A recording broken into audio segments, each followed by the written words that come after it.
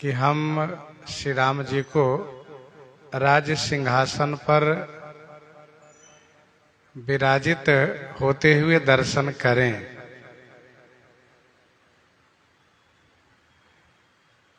और ठीक इसके विपरीत माता श्री कैकेयी जी के हृदय में जलन है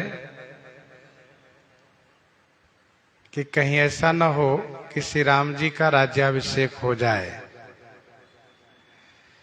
तो जिस अभिषेक को लेकर के सबको खुशी है, उसी अभिषेक से श्री कैकेयी जी को परेशानी है।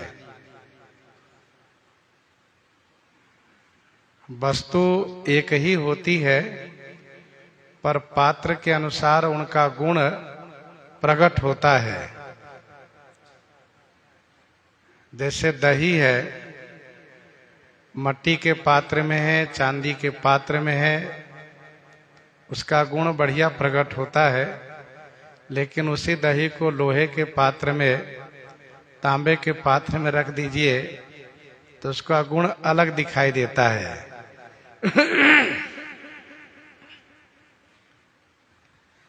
आखिर श्री कैकेयी जी के हृदय में इतना जलन है क्यों? ऐसा जलन है क्यों? तो गोस्वामी जी कहते हैं कुसंग के कारण। जिन श्री कैकेयी जी को श्री राम जी का राज्याभिषेक इतना प्रिय था, उन्हीं श्री कैकेयी जी को राज्याभिषेक से इतना अधिक जलन है। इसका एक ही कारण है, कुसंग। को न कुसंगति पाई न साई, रहई न नीच मते चतुराई। कुसंगति पाकर के कौन नष्ट नहीं होता है? हर कोई नष्ट हो जाता है। अब श्री कैकेयी जैसे बुद्धिमती महारानी, विदुषी, समझदार, नीतिज्ञा भी कुसंगति में पड़ करके इस प्रकार से कष्ट सह रही हैं और कष्ट को आहूत कर रही हैं, कष्ट को बुला रही हैं। तो गोस्वामी जी को कहना पड़ा कि को न कुसंगति पाई न साई। जैसे कहीं न सुसंग बड़प्पन पावा, सुसंग से कौन बड़प्पन नहीं पाता है। धुआं भी सुसंग से बड़प्पन पाता है। यदि वह अगर का संगति पा जाए तो खुशबूदार धुआं हो जाता है, और वहीं लकड़ी के घास की संगति पा जाए तो वही धुआं कड़ुआपन होता है। अगरबत्ती जल रही हो, धूपबत्ती जल रही हो तो बड़ा अच्छा लगता है, वहीं पर घास जल रहा हो, लकड़ी जल रही हो तो बड़ी परेशानी होती है। तो सुसंग से छोटा व्यक्ति महान हो सकता है और हो जाता है।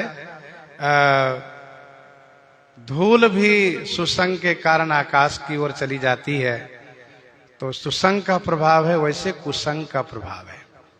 एक बात ध्यान दीजिएगा, इस संसार में अच्छाई का जितना बड़ा प्रभाव है, बुराई का भी उससे कम प्रभाव नहीं है।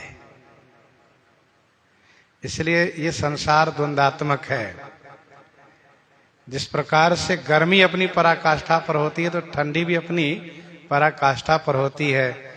दिन का उजाला जब अपनी पराकाष्ठा पर होता है, तो रात्रि की अंधेरी भी अपनी पराकाष्ठा पर होती है। अपने अपने समय पर, अपनी अपनी जगह हर कोई बलवान है। किसी को सामान्य व कमजोर नहीं समझना चाहिए। तो गोस्वामी जी कहते हैं को न कुसंगति पाई न साई। कुसंगति पाने से कौन नष्ट नहीं होता है। इसका मतलब यह है कि हम कुसंगति से बचें। हम कुसंगति से बचें। कहीं ऐसा तो नहीं कि हमारा संग जो है वह नीचे की ओर ले जाने वाला है, तो उनसे हम बचें। यदि वह ऊर्ध्व गति की ओर ले जाने वाला है तो उसका संग करें। अधोगति की ओर ले जाने वाला हो तो उनसे हम दूर हटें। अब कहिए कि हम जानेंगे कैसे? तो इसीलिए गोस्वामी जी ने कहा कि तेहिते कछुगुण दोष बखाने, और संग्रह त्याग न बिनु पहचाने। गोस्वामी जी ने कहा, हम किसी व्यक्ति विशेष का नाम नहीं लिया, गुण दोष कहा। गुण दोष को इसलिए कहा कि जहां यह गुण दिखाई दे उनका संग्रह करो, उनकी संगति में रहो। जहां दोष दिखाई दे उनसे दूर तुरंत अपने आप को कर दो, इसी में भलाई है। तो कौन कुसंगति पाई नसाई, ज्ञान घटे जड़ मूढ़ की संगति। ज्ञान घटे जड़ मूढ़ की संगति, प्रीति घटई जो कठोर होई बोले, रीति घटई मुह नीच को लाए। संगते जति कुमंत्रते राजा, मानते ज्ञान पानते लाजा। रहे न नीच मते चतुराई, नीच लोगों के मत में यदि रहेंगे तो चतुराई नहीं रहेगी। इसीलिए हमेशा प्रयास ये करना चाहिए कि अपने से जो समझदार हो, अपने से जो उच्च स्थिति पर हो, और खास करके अध्यात्म जगत से उच्च स्थिति पर हो, उनकी संगति हम करें। यदि हमें अध्यात्म मार्ग पर चलना है तो सांसारिक मार्ग पर चलना है, तब भी सांसारिक मार्ग पर चलने वाले को भी ये ध्यान देना चाहिए कि किनका कर्म ऐसा है जिनका परिवार सुखमय, तो उनकी संगति करनी चाहिए। ऐसे की संगति न हो जिनका परिवार में कलह हो, परेशानी हो, ये भी ध्यान रखना चाहिए। अब आगे सुनिए। साँझ समय सानंद नृप, गयउ कई गे, गवन निठुरता निकट किए, जनु धरि देह सनेह, जनु धरि देह सनेह। नृप साँझ समय सानंद कैकई गेह गयऊ। नृप महाराजा श्री अवधेश जी संध्या के समय में, सांझ के समय में सानंद माने आनंदित होकर के महारानी श्री कैकेयी के महल की ओर प्रस्थान किए। एक संत जी ने गोस्वामी जी से पूछा कि महाराज को कैकेयी के महल की ओर जाते हुए आप कैसे देख रहे हैं? तो गोस्वामी जी ने कहा हमें तो ऐसा ही लग रहा है कि मानो निष्ठुरता के निकट, कठोरता के निकट मूर्तिमान स्नेह जा रहे हो। जाने वाले स्नेह हैं और जिनके पास जा रहे हैं, जो वहां बैठी हैं, वो मानो साक्षात कठोरता की मूर्ति है। साँझ समय सानंद नृप, गयउ कैकई गेह। श्रीमद् वाल्मीकि रामायण में वर्णन है, महाराज दिन भर बहुत व्यस्त रहे। आज ही राजसभा में इन्होंने अपने कान के पास सफेद बाल को देखा है और इसके बाद अपने मन के विचार को गुरुजी से व्यक्त किया है। गुरुजी ने अनुमोदन जब कर दिए तो महाराज ने तुरंत मंत्रियों से कहा। मंत्रियों ने जब समर्थन किए तो महाराज तुरंत राज्याभिषेक की तैयारी में जुट गए। सारा काम एक दिन में ही हुआ। और ध्यान दीजिएगा, किसी काम में बहुत जल्दी यदि हो रही हो तो बहुत सावधानी भी रखनी चाहिए। किसी काम में बहुत जल्दी हो रही हो और हम जो चाह रहे हैं वो सफल भी हो रहा हो, तो ये भी ध्यान रखना चाहिए कि निष्फल भी हो सकता है। क्योंकि नीतिकार का मत है अति सर्वत्र वर्जित। किसी कार्य में अति नहीं होना चाहिए। धीरे धीरे शनै शनै हो। तो महाराज दिन भर आज व्यस्त रहे हैं।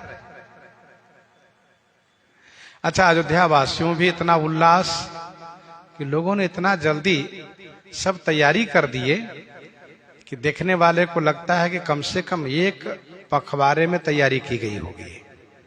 इतनी शीघ्रता लोगों ने दिखाई है।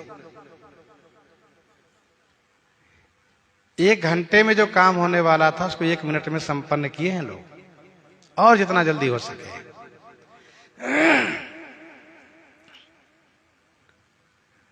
तो दिन भर महाराज बहुत व्यस्त रहे हैं। संध्या के समय में अब महाराज रानीवास में समाचार देने के लिए चले हैं।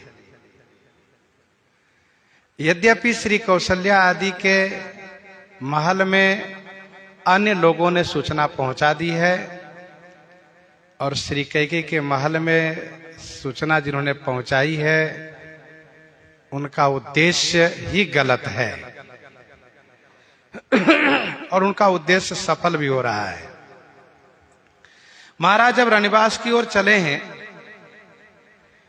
तो सर्वप्रथम श्री कैकेयी जी को शुभ समाचार देने का मन बना लिए हैं, क्योंकि श्री कैकेयी जी के प्रति महाराज का प्रेम अधिक है। लोग कहते हैं महाराज कैकेयी को बहुत प्रेम करते हैं। इसके पीछे कारण क्या है? क्या कैकेयी की सुंदरता, कैकेयी की सेवा यह कारण है? इसका उत्तर यह है कि ये कारण प्रत्यक्ष देखने में आ रहा है, लेकिन ये है नहीं कारण प्रत्यक्ष। तो प्रत्यक्ष कारण कुछ और है। प्रत्यक्ष कारण यह है कि श्री कैकेयी जी श्री राम जी को बहुत प्रेम करती हैं। श्री कैकेयी जी श्री राम जी को बहुत प्रेम करती हैं, इसलिए महाराज का श्री कैकेयी जी के प्रति विशेष प्रेम बढ़ता चला गया है। महाराज ने श्री कैकेयी जी को बहुत बार यह देखा है कि श्री राम जी के प्रति उनका प्रेम करते हुए, और श्री राम जी के लिए श्री कैकेयी जी ने ही एक बार नहीं बल्कि कई बार कहा है कि महाराज आप इनको राज्याभिषेक कर दीजिए। तो महाराज के मन में यह बात आई कि जब मैं श्री कैकेयी को यह शुभ समाचार दूंगा तो वह खुशी से झूम उठेंगे, बहुत खुश हो जाएंगे। इसलिए श्री कैकेयी के महल की ओर प्रस्थान किए। हम लोग गत दिवस चर्चा किए थे कि श्री कौशल्या जी के महल में जाना उतना आवश्यक महाराज ने नहीं समझा, क्योंकि श्री कौशल्या जी ने कभी कहा भी नहीं है कि श्री राम को राजा बनाइए। राम मातु कछु कहे न काऊ, कभी नहीं कहा है। और श्री राम का राज्याभिषेक है तो उनको बताना कोई बहुत आवश्यक नहीं है। अब रही बात सुमित्रा जी की, तो सुमित्रा जी को बताना इसलिए भी आवश्यक नहीं है क्योंकि वो सौम्य स्वभाव के हैं। सुमित्रा जी को बताइए तो न बताइए तो, अभी बताइए तभी खुश रहेंगे, 2 दिन के बाद बताइए तभी खुश रहेंगे। कोई बात नहीं महाराज, ठीक है 2 दिन के बाद आपने बताया ठीक लगा। लेकिन श्री कैकेयी जी का स्वभाव है रूठने का। उनको यदि तत्काल न बताया जाए तो वह रूठ जाती हैं, नाराज हो जाती हैं। अच्छा, बहुत प्रेमी हृदय वालों का ये मान होता है कि हमसे बहुत प्रेम करने वाले पहले हम ही को बतावें, किसी और को न बतावें, तब माना जाए कि उनका प्रेम हमसे विशेष है। हम जब रामायण पढ़ रहे थे, जिस समय में अध्ययन कर रहे थे, उस समय तो संत आपस में बहुत प्रेम करते थे। एक संत जी कुछ ग्रंथ खरीद के लाए और उनको बताए ही नहीं, और नहीं बताए। 2 दिन के बाद उनको पता चला, वे नाराज हो गए उनसे, और ऐसे नाराज हुए कि आज तक उन दोनों का प्रेम हुआ ही नहीं। तो ये प्रेम का स्वभाव बड़ा विचित्र होता है। तो श्री कैकेयी जी का स्वभाव है रूठना। इसलिए महाराज श्री कैकेयी जी को बताने के लिए आप कैकेयी महल की ओर प्रस्थान किए। महाराज ने कहा कि मुझे पता है तुम ही कुहाब परम प्रिय आई। अच्छा, महाराज को थोड़ा भ्रम भी हो गया। संभवतः श्री कैकेयी जी को भवन में इसलिए भी गई हैं कि उन्होंने कई बार कहा, मैंने ध्यान नहीं दिया तो आज को भवन में गई होंगी, कि आप श्री राम जी को तिलक कर दीजिए, तभी मैं प्रसन्न होंगी, वह भोजन पानी ग्रहण करूंगी। ये उनको भ्रम हुआ ऐसा। संभवतः श्री राम जी को राजा बनाने के लिए को भवन में गई है। महाराज को क्या पता कि श्री राम को घर से भगाने के लिए को भवन में गई है, ये उनको मालूम ही नहीं। अच्छा, इतना प्रेम करने वाले श्री कैकेयी जी श्री राम जी पर इतना नाराज हो जाएंगे, ये सभी के कल्पना के बाहर है। तो महाराज सांझ समय सानंद नृपा गयऊ कैकेयी गेह, बड़ी प्रसन्नता से श्री कैकेयी जी के महल में जा रहे हैं। मन ही मन सोच रहे हैं, जब कहूंगा भामिनी भयो तोर मन भावा, घर घर उत्सव बाज बधावा, राम ही देव काल जुवराजू, महारानी कैकेयी हम पर बहुत खुश हो जाएंगे। गोस्वामी जी कह रहे हैं बात कुछ और है। कवन निठुरता निकट किए जनुधरि देह स्नेह, गवन निठुरता निकट किए जनुधरि देह स्नेह। श्री कैकेयी जी निष्ठुरता की मूर्ति हैं,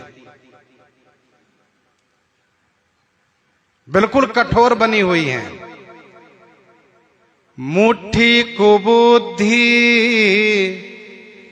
धारनी ठुराई, धरी कुबरी शान बनाई। मुट्ठी कुबुद्धि धार निठुराई, बिल्कुल कठोरता की मूर्ति है। और महाराज स्नेह की मूर्ति है। अच्छा, दोनों का निर्वाह होगा, इनकी कठोरता का और महाराज के स्नेह का निर्वाह होगा। भूप प्रीति कैकेयी कठिनाई, उभय अवधि विधि रची बनाई। गवन निठुरता निकट किए जनुधरि देह स्नेह, कोप भवन सुनी सकुचे उराऊ, भय बस अगहुड़ परई न पाऊ। कोप भवन सुनी सकुचे उराऊ, भय बस अगहुड़ परई न पाओ। राऊ कोप भवन सुनी सकुचे हो। महाराज कोप भवन सुनते ही सकुच माने संकुचित हो गए। संकुचित हो गए अर्थात डर गए, साम गए। भय बस अगहुड़ पड़ई न पाऊं। भय बस माने डर के कारण, अगहुड़ माने आगे, पाऊं न पड़ई, पाऊं नहीं पड़ रहा है।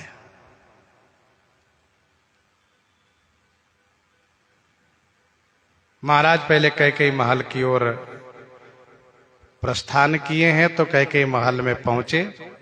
श्री कैकेयी के महल में जैसे पहुंचे वैसे ही वहां द्वार पर श्री कैकेयी नहीं दिखाई पड़ी। और ये पहली बार है कि महाराज आए और महारानी कैकेयी द्वार पर नहीं दिखाई पड़ी। ऐसा कभी नहीं हुआ है। महाराज के आते ही श्री कैकेयी तुरंत द्वार पर खड़ी मिलती थी, स्वागत सम्मान करती थी। आज नहीं दिखाई पड़ी। महाराज ने पूछा श्री कैकेयी जी की दासी से, इनकी एक ही दासी नहीं अपितु कई दासी हैं। एक दासी तो वह है जो झगड़ा लगा के बवाल करके जाके छुप गई है, अभी वहां नहीं आएंगी, यहाँ अभी है। ये अन्य दूसरी दासी है। महाराज ने उनसे पूछा तुम्हारी स्वामिनी कहाँ है? उन्होंने कहा महाराज महारानी जी को भवन हो गई। को भवन में? हाँ। महाराज सुनते ही सकुचा गए।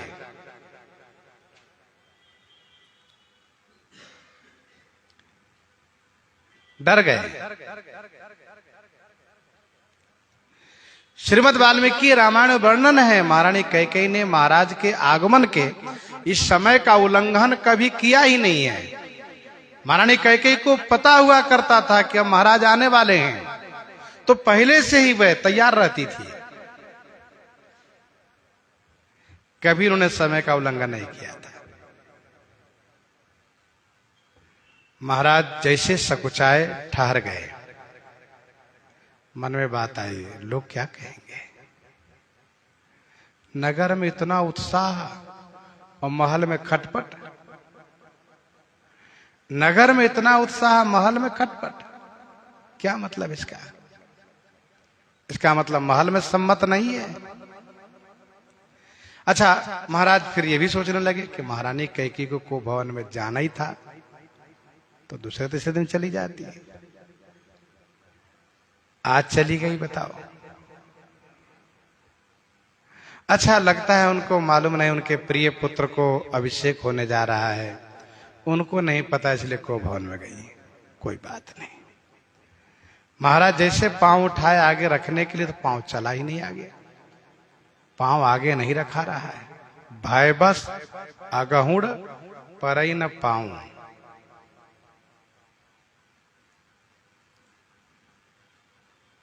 पांव आगे नहीं बढ़ रहा है। अगहुड़ माने आगे, मानो पांव कह रहा है महाराज आगे खतरा है, आगे मत जाइए, ये को भवन है, उधर मत जाइए।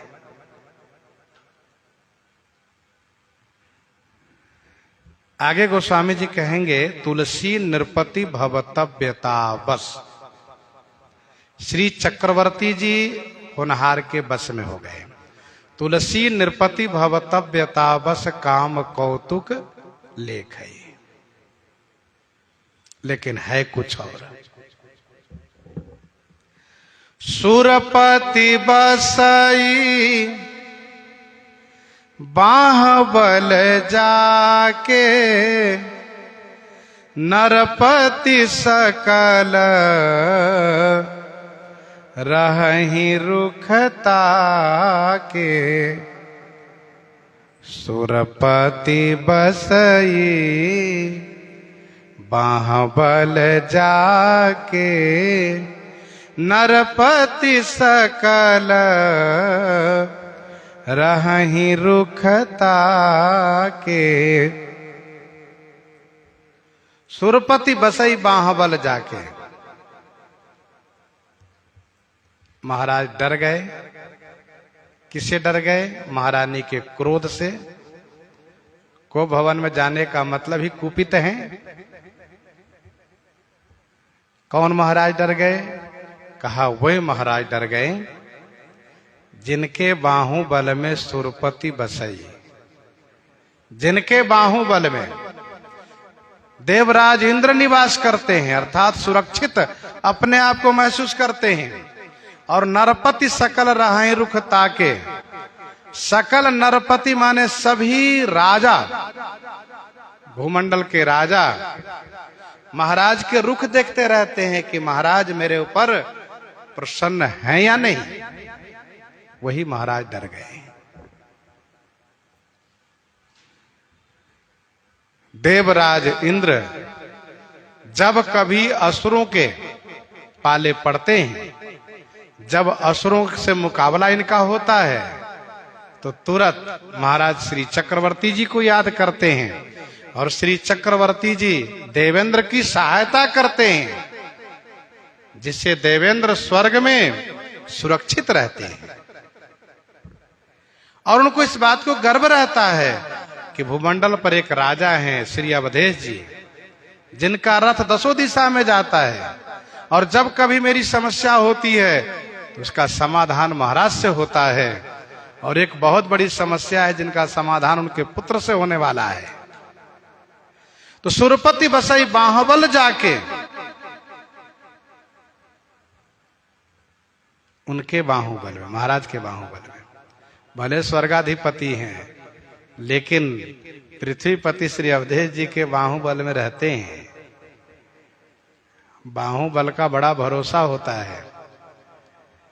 जब हमें किसी का बाहुबल का भरोसा मिल जाए और उनका जो बाहुबली हो,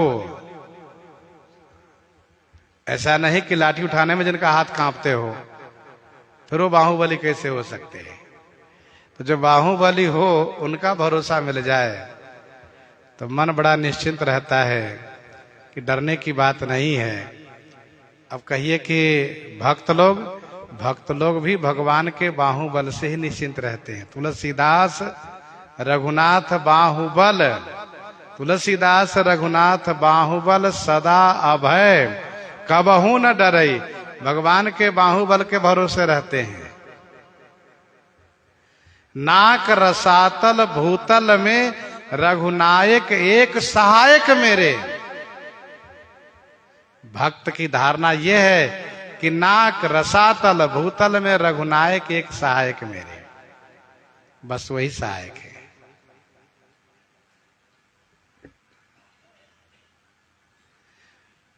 जब बहुत विषम परिस्थिति हो उस समय भी रघुनाथ जी अपने बाहुबल से रक्षा करते हैं।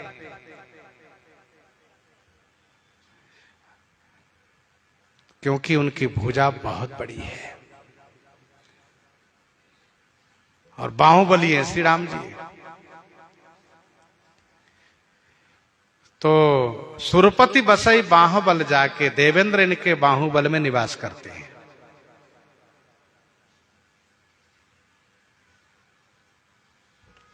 नरपति सकल रहहि रुख ताके। समस्त राजा लोग इनके रुख देखा करते हैं।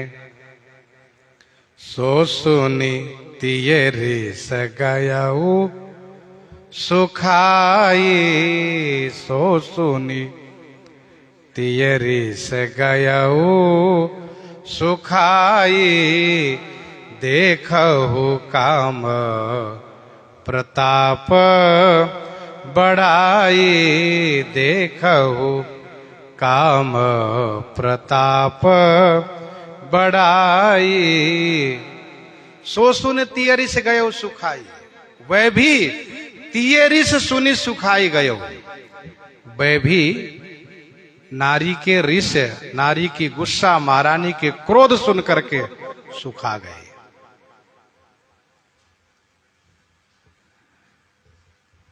लोग कहते हैं अमुक व्यक्ति अपनी पत्नी से बहुत डरते हैं। अब यहां तो चौपाई कह रही है कि चक्रवर्ती जी जैसे महाराज भी पत्नी के क्रोध से डर रहे हैं।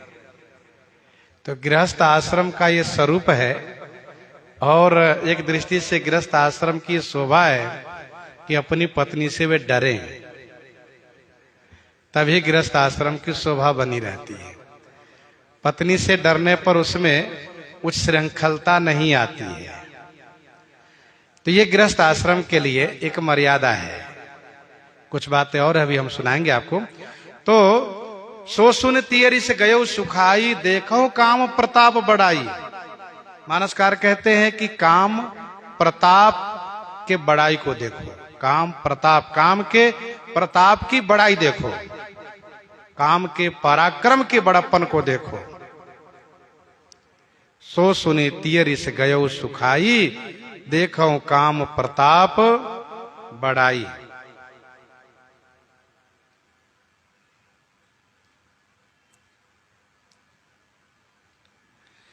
गोस्वामी जी यह नहीं कहते हैं कि महाराज काम के बस में है।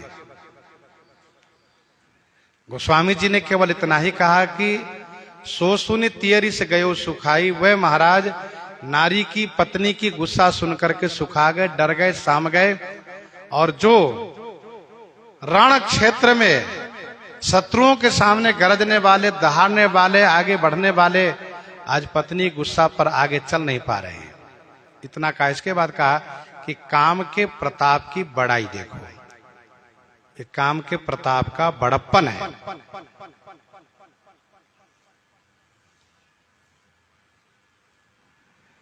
जो लोग प्रसंग को ठीक से नहीं समझ पाते हैं वे महाराजा श्री चक्रवर्ती जी को स्त्रैण कह देते हैं, कोई कह देते हैं काम के वशीभूत थे महाराज। लेकिन ये दोनों बात श्री रामचरितमानस के विरुद्ध है। श्री चक्रवर्ती जी महाराज को श्री राम प्रिय हैं कि काम प्रिय हैं, जब इन दोनों पहलू पर विचार करेंगे तो आपको बात समझ में आ जाएगी कि श्री महाराज को श्री राम प्रिय हैं न कि काम प्रिय हैं।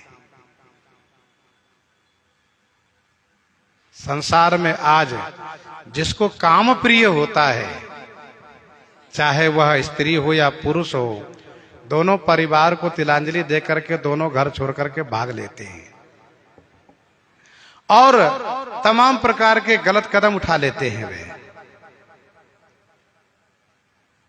लेकिन महाराज को श्री राम प्रिय है, काम प्रिय नहीं है। देखिए, मानव जीवन में कहां कहां किसका प्रेम होता है ये कहना बड़ा कठिन होता है। थोड़ा वहां, थोड़ा वहां, थोड़ा वहां, थोड़ा वहां, बहुत जगह उनका प्रेम बटा होता है। लेकिन सच्चा प्रेम कहां है उनका, वो तो वक्त पर ही पता चलता है।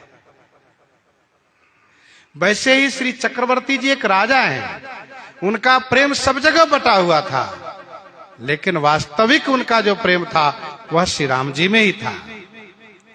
और गोस्वामी तुलसीदास जी महाराज ने मानस जी के प्रारंभ में जब श्री चक्रवर्ती जी को वंदन प्रणाम किया, यह कह करके प्रणाम किया कि वंदो अवध भुआल सत्य प्रेम जेहि राम पद। न तो उनका सत्य प्रेम राजपद में था, न कहीं व्यवहार पद में था, न कहीं सम्मान पद में था।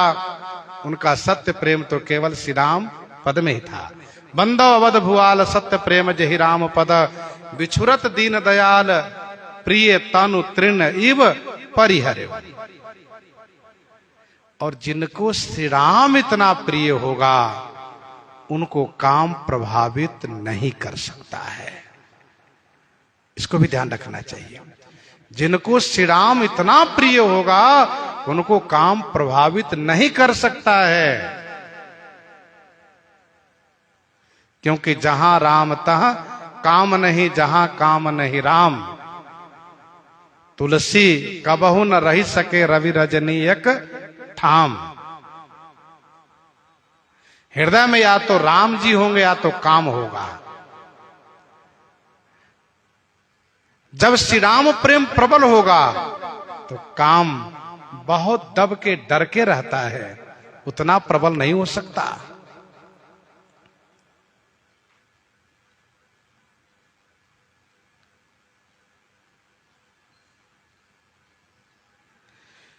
श्री चक्रवर्ती जी महाराज वस्तुतः राजर्षि थे।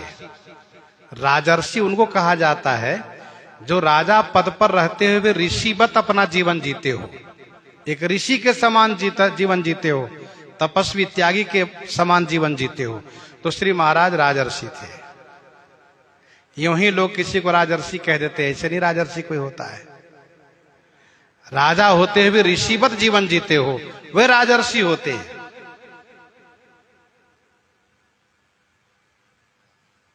गीतावली उत्तरकांड 32 पद में भगवती श्री किशोरी जी कहती हैं, राज ऋषि पितु ससुर पतितु सुमंगल खानी। राज ऋषि पति राज ऋषि पितु ससुर। भगवती श्री किशोरी जी कहती हैं कि मेरे पिता और मेरे ससुर दोनों राजर्षि हैं। राज ऋषि पितु ससुर पति तु सुमंगल खानी।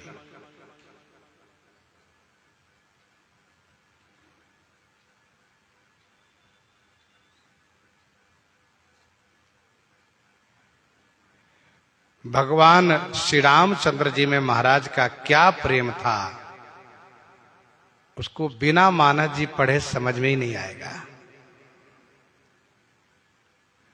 एक आध कहीं चौपाई पढ़ लेते हैं, लोग भ्रमित हो जाते हैं।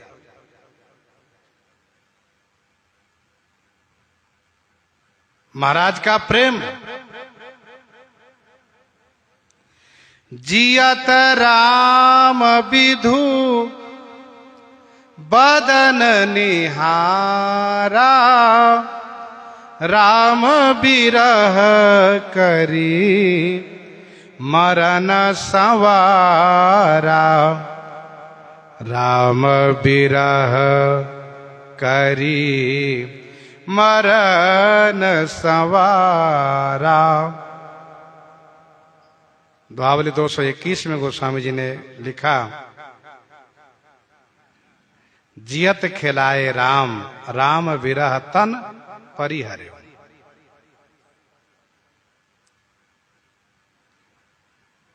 महाराजा श्री चक्रवर्ती जी राजर्षि हैं, विशुद्ध श्री राम प्रेमी हैं, पर साथ साथ एक राजा हैं, प्रजावत्सल राजा हैं, एक बड़े परिवार के कुशल संचालक हैं। बड़ी संख्या में जिनके राजमहल में रानियां हैं, दास दासियां हैं, नौकर चाकर हैं, मंत्री महोदय हैं, तमाम प्रकार के लोग इनके पास आते जाते हैं। ये सब व्यवहार भी महाराज करते हैं, और सब व्यवहार करते हुए भी महाराज का यदि सच्चा प्रेम है तो श्री राम जी में है। महाराज जब सोने जाते हैं ना, तो अस कही गए विश्राम गृह राम चरण चित लाई। सोते हैं तो राम जी के चरणों में चितला के सोते हैं, जगते हैं तो श्री राम जी का दर्शन, तुरंत राम जी प्रणाम करने आ जाते हैं, दर्शन श्री राम जी का ही होता है। हमेशा राम जी में इनका मन लगा रहता है।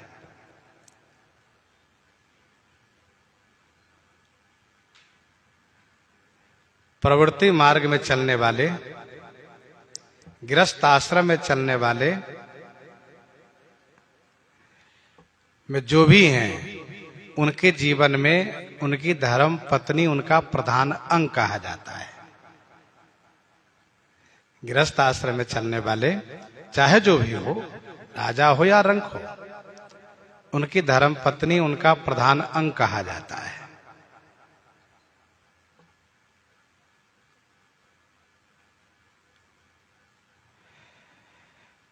बालकांड में हम लोग प्रसंग श्रवण किए हैं।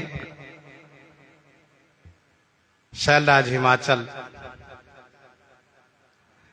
अपनी धर्म पत्नी श्री मैना जी को कितना सम्मान देते हैं।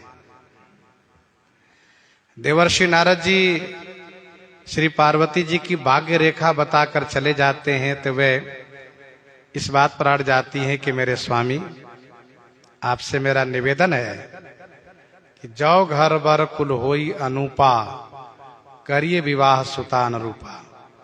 और यदि ऐसा न हो तो आप मेरी बेटी का विवाह नहीं करिएगा। शैलराज हिमाचल उनको समझाते हैं। आगे की लीला के क्रम में विवाह की पूरी तैयारी हो जाती है। बाराती आ जाती है, जनवासे में बाराती को ठहराया जाता है। दूल्हा द्वार पर परिछन के लिए आते हैं। कुछ विशिष्ट गणमान्य लोग उनके साथ में। श्री मैना जी परिछन के लिए अपनी सखियों और सहेलियों के साथ आती हैं, और जब दूल्हा को देखती हैं, बाप रे, ऐसा दूल्हा! विकट बेश रुद्र ही जब देखा। दूल्हा का बेश गजब है। जिधर देखो उधर सांप लपलपा रहा है, कान में देखो, गले में देखो, सिर पर देखो, सब तरफ। गले में मुंडों की माला है, कोई पीताम्बरी भी नहीं पहने, यूं ही पागंबर लपटे हुए। दूल्हा आते घोड़े पर या बैल पर बैठकर आ गए। तो विकट बेश रुद्र ही जब देखा, मैना जी तो थाल पटक के भाग गई घर में, और उमा जी को अपनी पास बैठा करके इन्होंने घोषणा कर दी कि विवाह नहीं होगा, नहीं होगा, नहीं होगा। आप करेंगे क्या? कहा इनके साथ में मर जाऊंगी। कैसे मर जाओगी? बाराती आई है, दूल्हा आए हैं, सब बड़े विचित्र हैं, निकलने नहीं देंगे। कहा पर्वत से गिर के मर जाओगे, अग्नि में जल जाओगे, समुद्र में डूब के मर जाओगे। लेकिन विवाह तो नहीं करने दोगे। अब देखिए, जब शैलराज को पता चलता है तो ऐसा नहीं कि जाके डांटना शुरू कर देते हैं, सो नहीं। देवर्षि नारद जी सप्तऋषि इन सबको लेकर के महल में जाते हैं। फिर नारद जी महाराज बड़े सम्मान बड़े आदर के साथ प्रेम से समझाते हैं। अब इस प्रसंग को यहां पर कहने का अभिप्राय यह था कि गृहस्थ आश्रम में पत्नी का सम्मान बना रहना चाहिए, यह भी उनका दायित्व है, उनकी जिम्मेदारी है। किसी मांगलिक कार्य में यदि रूठ जा रही हो तो उनको कैसे मनाया जाना चाहिए, यह भी उनकी जिम्मेदारी होती है। उनकी भावना उनका प्रेम आहत न हो, इस पर भी उनको ध्यान देना चाहिए। गृहस्थ आश्रम का कर्तव्य बनता है।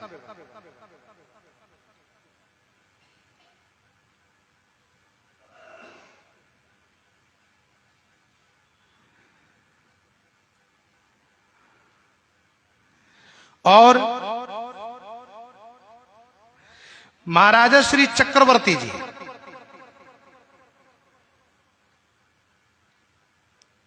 महाराजा श्री चक्रवर्ती जी श्री कैकेयी जी को मनाने इसलिए चल रहे हैं कि श्री कैकेयी जी भी श्री राम तिलकोत्सव में सम्मिलित हो जाए, इसलिए मनाने चल रहे हैं। चाहते हैं कि सहर्ष श्री राम तिलकोत्सव में सम्मिलित हो, मांगलिक साज सजावे, मंगल गीत गावे, उत्सव में सम्मिलित हो।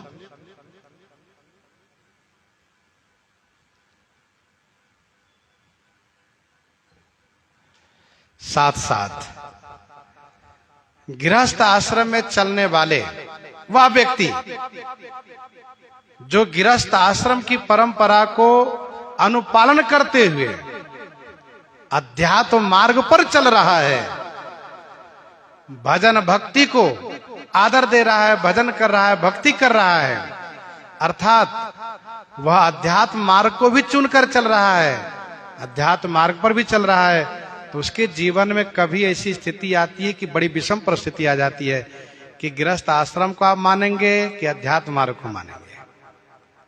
जब कभी जीवन में ऐसी स्थिति आ जाती है कि दोनों में से किसको आप चुनेंगे, एक को छोड़ना पड़ेगा, या तो आप गृहस्थ आश्रम की परंपरा को छोड़िए अथवा अध्यात्म मार्ग को छोड़ दीजिए। उस समय उनके लिए परीक्षाएं घड़ी होती है और उस समय उनको क्या करना चाहिए ये भी समझने की बात माना जी से है।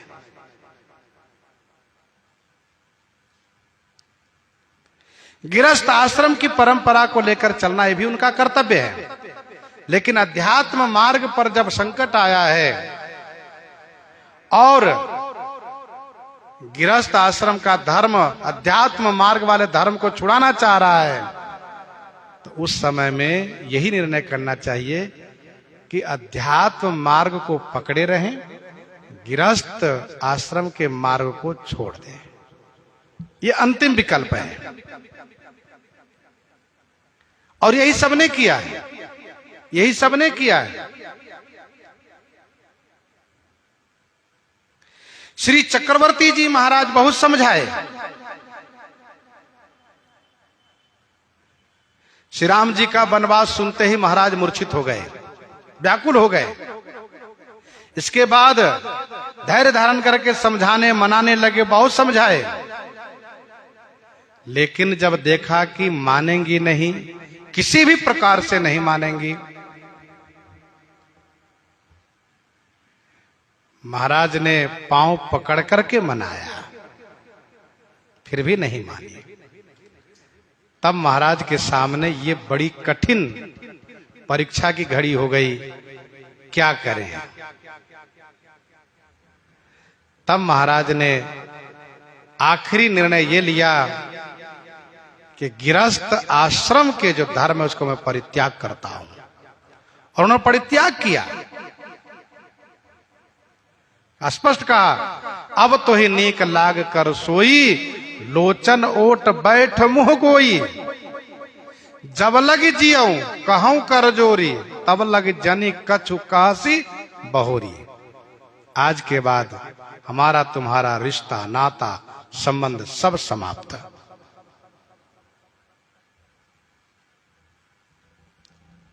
महाराज बड़े व्याकुल हो गए और महाराज ने कहा कि यदि भरत ननिहाल से आने के बाद अपनी माता के मत में हो जाएं, तो वे भी मेरा संस्कार करने के अधिकारी न रहें, मेरा उनसे भी कोई संबंध नहीं रहेगा। यह है श्री चक्रवर्ती जी का विशुद्ध श्री राम प्रेम। इसको प्रेम कहते हैं।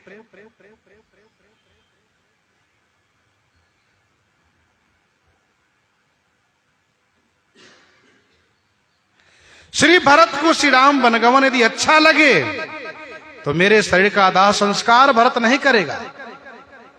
महाराज स्पष्ट घोषणा कर दी है।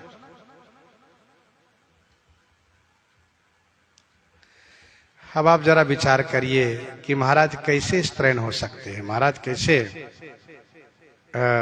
कामी हो सकते हैं। जिसको काम प्रिय होता है, जिसको विषय प्रिय होता है, वह तो सब कुछ छोड़ देता है। वह तो अपनी प्रियतमा से कहता है मैं सबको त्याग कर रहा हूं, तुमको नहीं छोड़ूंगा। तुम्हें मेरी आत्मा हो। यहां तो ऐसी बात नहीं आई। इसीलिए गोस्वामी जी ने कहा काम के प्रताप का बड़प्पन है।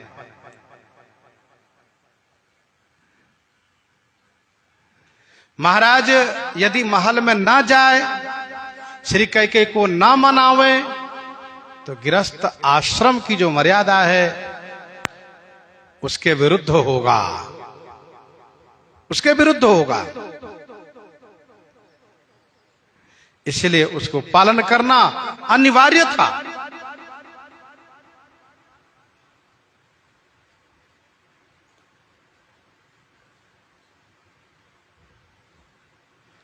सो सुनितिय ऋष गयऊ सुखाई, देखहु काम प्रताप बढ़ाई। आगे की चौपाई अन्य लोगों के लिए है जो संसार में बड़े बड़े वीर लोग हैं। 16 कुलेश 80 अंगव निहारे, तेरति नाथ सुमन सर मारे। 16 कुलेश 80 अंगव निहारे, तेरति नाथ सुमन सर मारे।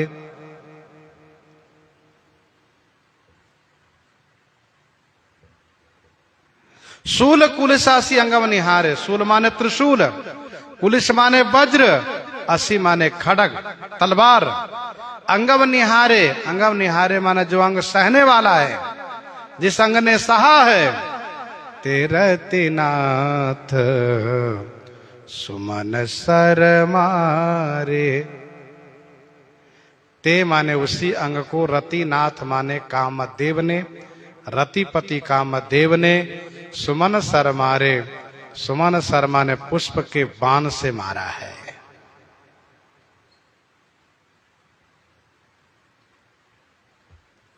शूल कुल से 80 अंगम निहारे, ते रतिनाथ सुमन सर मारे। यह उदाहरण है। त्रिशूल को सहने वाला जालंधर है, त्रिशूल को सहने वाला जालंधर है। कुलिस वज्र को सहने वाला, चक्र को सहने वाला दशानन रावण है। 80 तलवार को सहने वाला मेघनाद है। लेकिन ऐसे ऐसे अद्वितीय वीर को भी रतिनाथ रतिपति कामदेव ने पुष्पवान से घायल कर दिया है। यह है काम के प्रताप का बड़प्पन।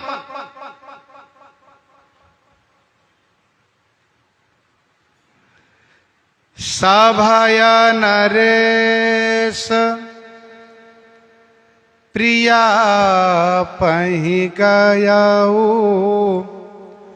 देखी दशा दुख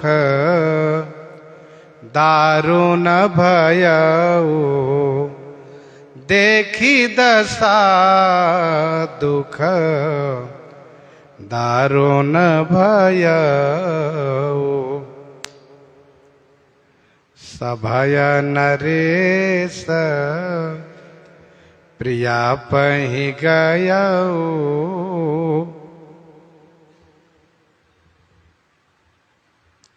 सभय नरेश प्रिया पहि गयऊ। नरेश श्री अवधेश जी महाराज सभय माने डरते हुए अपनी प्रिया श्री कैकेयी जी के पास गए।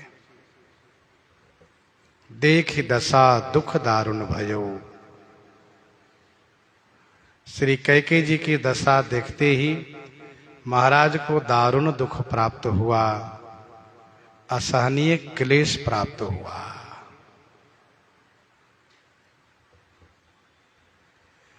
स्त्री दो परिस्थिति में को भवन में जाती हैं, कुपित होती हैं।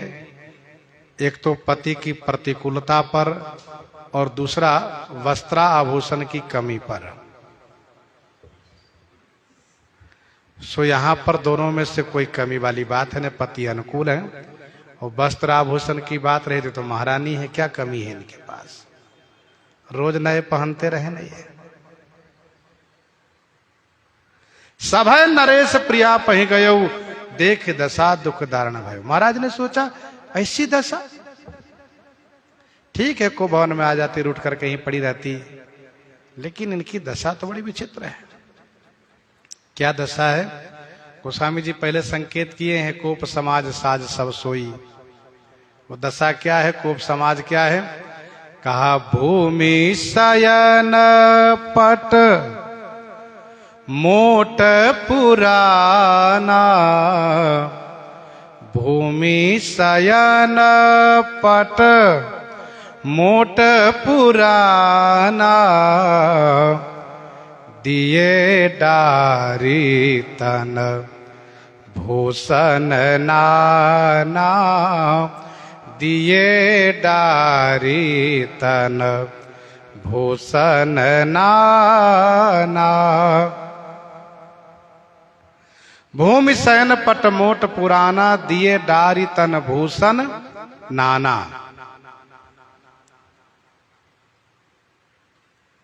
भूमि शयन, भूमि पर लेटी है। पुराना मोट पट, पुराना मोटा पट माने कपड़े पहनी है। तन नाना भूषण डारी दिए, शरीर के अनेक आभूषणों को जहां तहां डाल दी है, बिखेर दी है। हाथ के आभूषण कहीं पड़े हैं तो गले के आभूषण कहीं पड़े हैं, सिर के आभूषण कहीं पड़े हैं तो पैर के आभूषण कहीं पड़े हैं, कान के आभूषण कहीं पड़े हैं तो नाक के आभूषण कहीं पड़े, अलग अलग बिखेर दिया है। भूमि पर लेटी हुई है। कुमति ही कसी कुबेशता भावी, कुमति ही कसी कुबेशता भावी, अनहि बात सोच जनु भावी, अनहि बात सोच जनु भावी। कुमति ही, कुमति ही माने दुर्बुद्धि श्री कैकेयी जी को कुबेशता कसी फावी, कुबेशता कैसी फब रही है तो जनु अन अहिबात भावी सूच, जनु मानो, भावी माने होनी, अन अहिबात की सूचना दे रही है। अन अहिबात माने वैधव्य, अन अहिबात माने वैधव्य, अहिबात से रहित, सुहाग से रहित होने की सूचना दे रही है। कुमति ही कसी कुबेशता भावी, कुमति ही माने दुर्बुद्धि, श्री कैकेयी को कुबेशता फब रही है।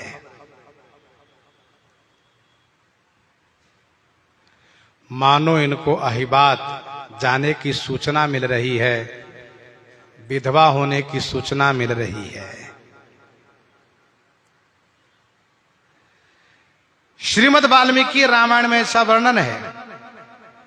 श्री कैकेयी जी किस प्रकार से दिख रही हैं? तो जैसे मानो कटी हुई लता की तरह दिख रही हैं।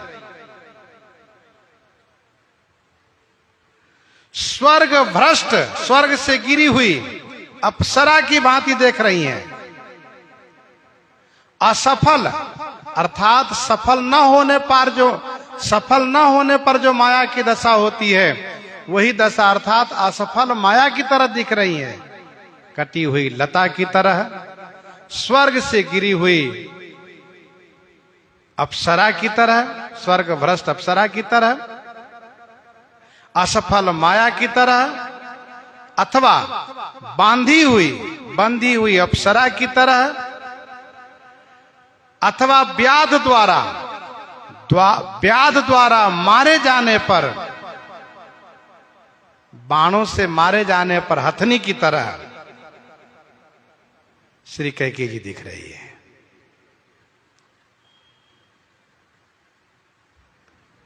कुमति ही कसी कुबेशता भावी, अन अहिबात सोच जनु भावी। जाई निकट निरप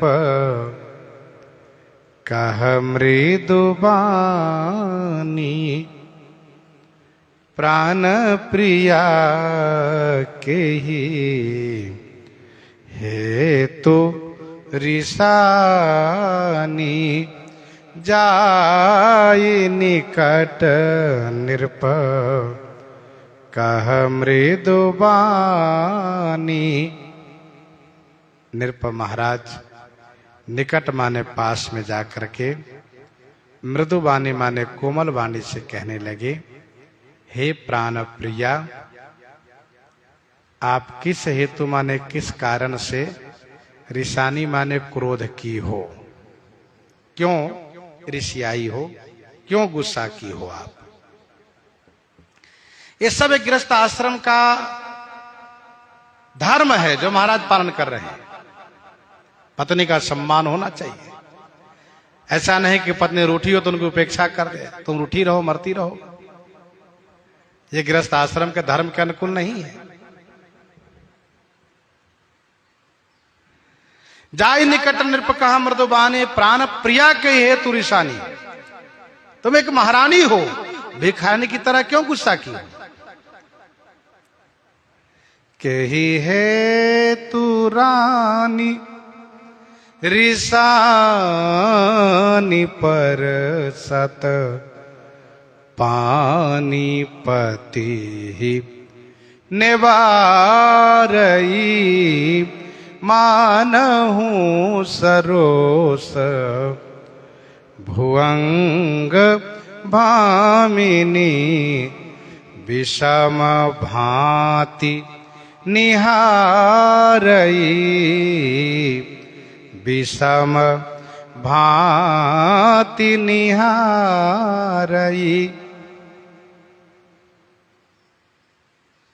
कही हेतु रानी रिसानी परसत पानी। महाराज ने यह कहते हुए कि रानी, तुम कही हेतु माने किस कारण से ऋषियाई हो, नाराज हो?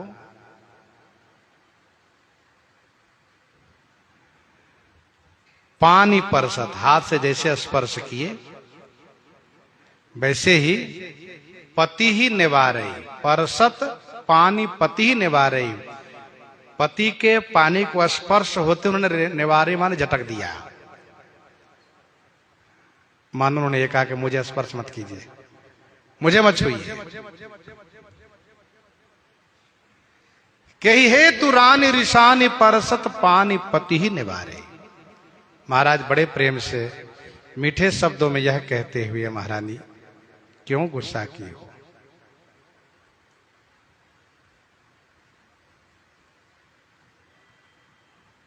तुम रंक तो हो नहीं, रानी हो।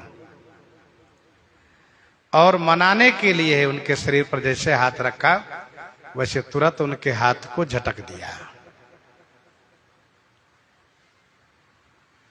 मानो श्री कैकेयी जी कहना चाहती हैं, निवाराई का अर्थ होता है रोकना, झटकना। यहां रोकना अर्थ होता है, झटकना भी अर्थ रहेगा।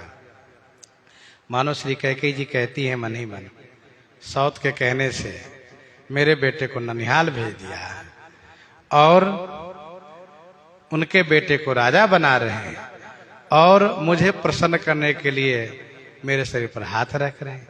एक तरफ दिखाते हैं कि महारानी कैकेयी तुमसे मैं बहुत प्रेम करता हूं, तुम मेरी प्यारी रानी हो, और दूसरी तरफ मेरी सौत की बात में आकर के मेरे बेटे को ननिहाल भेज करके मुझे और मेरे बेटे पर इस प्रकार से खाई खोद रहे हैं।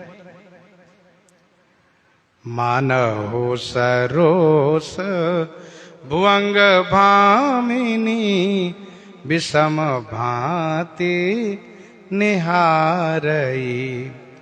गोस्वामी जी कहते हैं कि मानहु सरोस भुवंग भामिनी।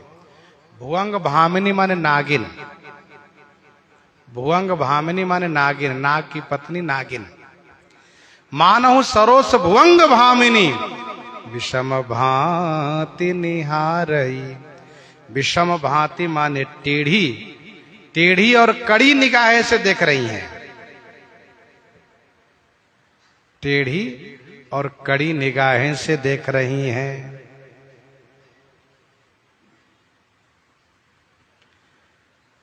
मंथरा को गोस्वामी जी ने किरातनी कहा है। देख लागी मधुकुटिल किराती जिमिगम तकई लेव के ही भांति।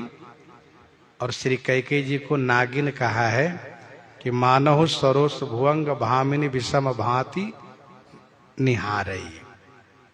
कहने का अभिप्राय यह है कि मधुमक्खी के छत्ते से, मधुमक्खी के छत्ते से जब कोई शहद निकाल लेता है तो मधुमक्खी फिर से शहद एकत्र कर लेती है। छत्ता को उजाड़ लेगा तो फिर छत्ता भी बना लेती है, छत्ता बना लेती है, मधु को संग्रह कर लेती है, शहद संग्रह कर लेती है। मतलब थोड़ा समय लगता है, फिर से वह छत्ता बना करके रस से परिपूरित कर लेती है मधुमक्खी। लेकिन नागिन जिसको काट ले, नाग जिसको काट ले, वो फिर से जीवित नहीं हो सकता। अयोध्या वासियों के सुख छीनने में मंथरा किरातिन बन करके राज्याभिषेक रूपी शहद रस को छीन ली।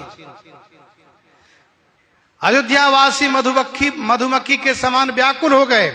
तन कृष्ण मन दुख बदन मलीने, तन कृष्ण मन दुख बदन मलीने, विकल मनहु माखी मधु छीने। लेकिन फिर से समय लगा, 14 वर्ष के बाद फिर से श्री राम राज्याभिषेक रूपी शहद संग्रह लोगों ने किया। राज्याभिषेक हुआ, सुख मिला, सबको सुख मिला। परंतु महारानी श्री कैकेयी रूपी नागिन ने महाराज को काटा, इसलिए महाराज जीवित नहीं हो पाए। श्री कैकेयी जी नागिन है, तो नागिन में जिह्वा दांत सब होते हैं। कहा कि दो बासना रसना दसन बर मरम ठाहर देखई, तुलसी नृपति भवता व्यतावस काम कौतुक लेखई हो, काम कौतुक लेखई। दो वासना रसना, दोनों वरदान मांगने की वासना जो है यही दो रसना माने जिह्वा है। वरदान जब मांग लेती है तो वरदान ही बर दसन, ये बर ही दसन माने दांत है। मरम ठाहरु देखई, मरम माने नाजुक कोमल स्थान को देख रही हैं। गोस्वामी तुलसीदास जी कहते हैं महाराज भवतव्यता बस हैं, महाराज होनहार के बस हैं, इसलिए काम कौतुक लेखई। काम माने काम की, कौतुक माने क्रीड़ा खेल, लेखई माने समझ रहे हैं। महारानी कैकेयी को कोई बहुत बड़ी कामना है, कोई बहुत बड़ी इच्छा है, इसीलिए इस प्रकार से नाराज हैं। तो कामना व काम के खेल समझ रहे हैं महाराज, इसलिए बार बार कह राउ सुमुख सुलोचन पिक बचनी, कारण मोहि सुनाओ गज गामिनी निज कोप कर। महाराज बार बार पूछ रहे हैं, कैसे पूछ रहे हैं वो सब आगे श्रवण करेंगे। प्रसंग को यहीं पर हृदयंगम करते भाई श्रवण करते हैं श्री भक्तमाल जी से।